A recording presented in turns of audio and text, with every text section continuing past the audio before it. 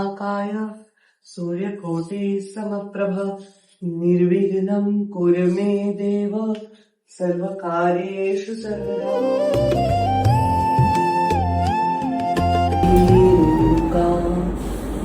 देव्यो नमः।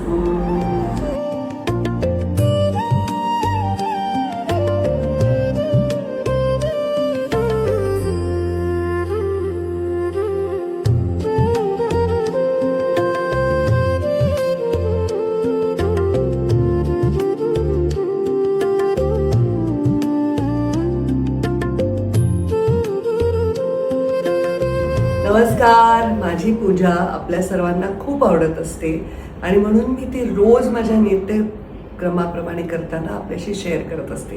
पूजा करताना सूचना असतात स्ट्रिक्ट की जर कोणी व्हिडिओ जे करत आहेत त्यांनी मला डिस्टर्ब नाही करायचं, कारण मी पूर्णपणे समर्पित पूजा करते। बऱ्याच लोकांचा प्रश्न होता म्हणून आज हा व्हिडिओ करत आहे। ताई, तुम्ही आरती घेताना ते काय करता तर सांगते। जेव्हा मी देवाची आरती घेते, मी आरती घेऊन माझ्या अशी डोक्यावरनं अशी फिरवते, याचा अर्थ माझा ऑरा हा सकारात्मक राहावा अशी प्रार्थना देवाला करते।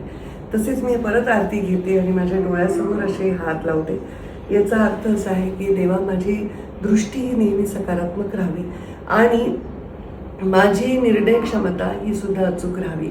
त्यानंतर मी परत आरती अशी हातावर घेते आणि माझ्या हृदयाला लावते।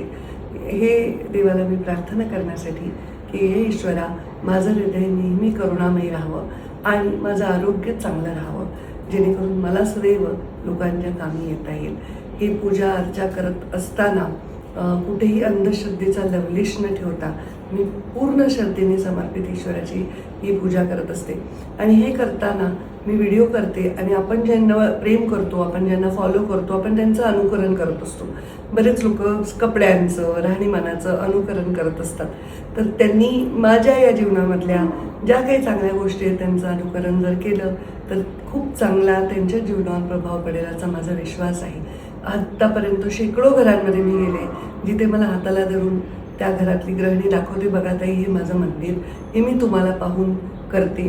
जर नित्य क्रम लोकांमध्ये आला, त्यांच्यामध्ये शिस्त आली, त्यांच्यामध्ये चांगलं काही करण्याची भावना आली, तर माझं अनुकरण केलं तर ते चांगलं आहे असं म्हणायला हरकत नाही।